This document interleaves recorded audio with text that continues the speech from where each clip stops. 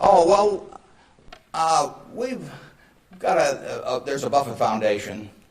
Eventually it will have everything. I mean, basically everything I've made will go back to society. America's done it for me, and that's where it should go. I've got about an 8-page letter that the trustees have already seen. Incidentally, there's very few trustees. I don't believe in large groups of people making decisions. It gets to be, it sort of descends to the lowest common denominator. So there's only, maybe 5 or 6 trustees.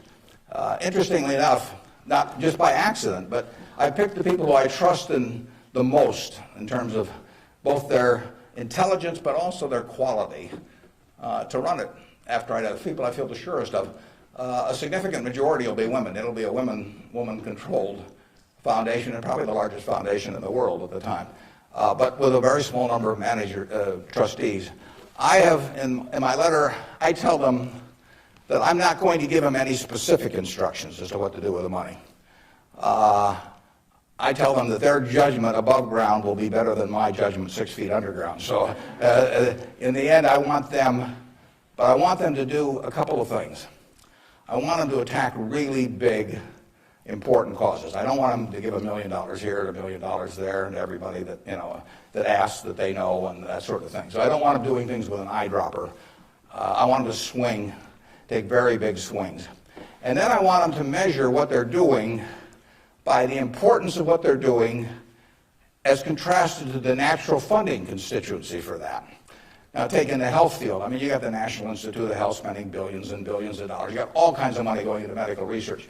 It'd be crazy, in my view, for the Buffett Foundation to be engaged in medical research. It's not that the subjects isn't important, but there's already a huge funding constituency. It would be crazy for the money to go to Harvard or something of the sort. It isn't a fine educational institution, but you've got all of these people that give money to Harvard, and they've got a rich alumni base and all of that sort of thing. So I want the combination of a terribly important program and the lack of a natural funding constituency. Well, where do you find that? You find that with unpopular causes to quite a degree. Rockefeller felt somewhat the same way. It's interesting. He was the first major patron of any sort of black colleges in the United States. Now, if you think about it, black colleges had no funding constituency. I mean, their alumni didn't have any money, basically, if you go back 75 or 100 years. So there wasn't any money coming. And people didn't, they didn't build great businesses and then leave tens or hundreds of millions of dollars to the institution. And it was self-perpetuating. And so Rockefeller stepped in, and he took a group of black colleges and funded them in a very, very big way. And I admire that kind of a decision enormously. Otherwise, nothing would have happened. And that's what I hope the trustees of the Buffett Foundation do. I was with Bill Gates last week, and I consider his foundation, he and Melinda together, because they're equal partners in it, I consider their foundation to be the most logical big foundation in the world. They're giving away about $1 billion a year. Now, Bill said to him, and Melinda said to themselves, how do we save the most lives per dollar spent in the world? And they decided that in certain major medical areas, that what was being done abroad in many countries was zilch in terms of these things that were easily preventable by vaccines or various other things. And they decided they could save huge numbers of lives per $1 billion spent. But they'd be spending it, in places like India and Africa, where they would get no credit in the United States. I mean, no buildings with their name, no nothing. But that was their metric. And that's Bill's sole metric. I mean, he doesn't want to talk about, you can go to him with some proposition to stick his name on something, for $50 million. It doesn't interest him at all. It's a totally rational one, and he pours himself into it. He has educated himself on medicine, and particularly medicine outside the United States, in a way that I've never seen anybody.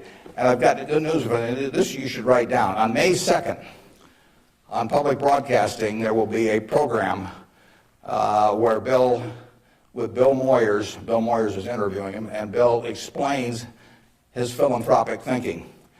And I went there. It was taped at Columbia University, and in fact, you may even see me in the audience sitting next to Melinda. But it's going to be a great program. They took about an hour and 20 minutes, and it's going to get edited down to 56 or 58 minutes. But you will hear as cogent an argument for rational philanthropy on that program as you'll ever hear in your life. So it's interesting. That program came about because about 2 years ago, I asked Bill a question at a group I get together, something akin to what you asked him. I asked him to talk about the evolution of his philanthropic thinking. And there were a group of about 60 of us there, and he talked to us, and I mean, it was a fabulous talk. And I said, you got to get that out in the public domain somehow. So this thing with Bill Moyers does that. If I die tonight, all my Berkshire shares, which are 99% of my net worth plus, go to my wife.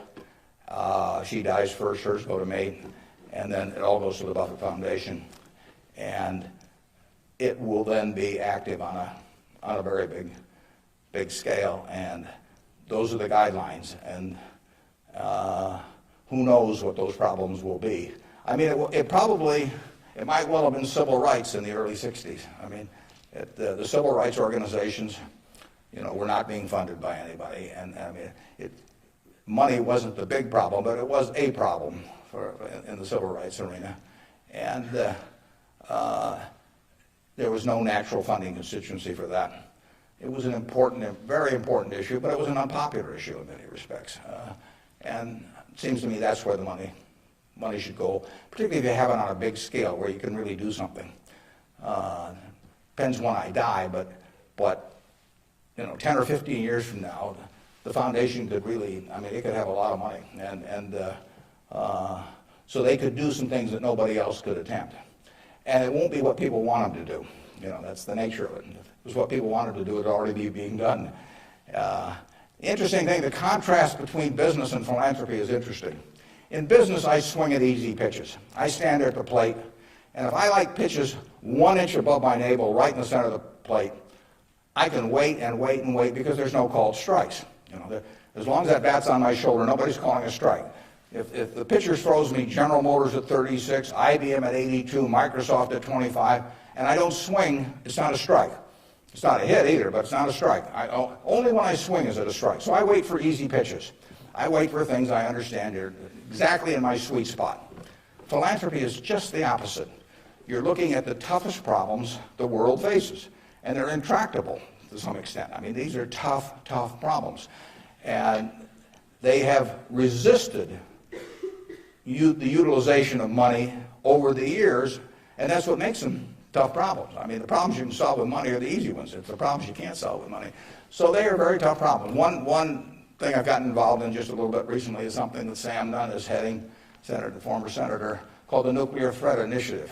And essentially, Sam Nunn, who is as well informed as anybody in the world on the subject and articulate and everything, is working on the problem of the nuclear materials and or nuclear talent that exists around the world that might become available to terrorists or to governments to impose on the rest of the society. And there are vast amounts of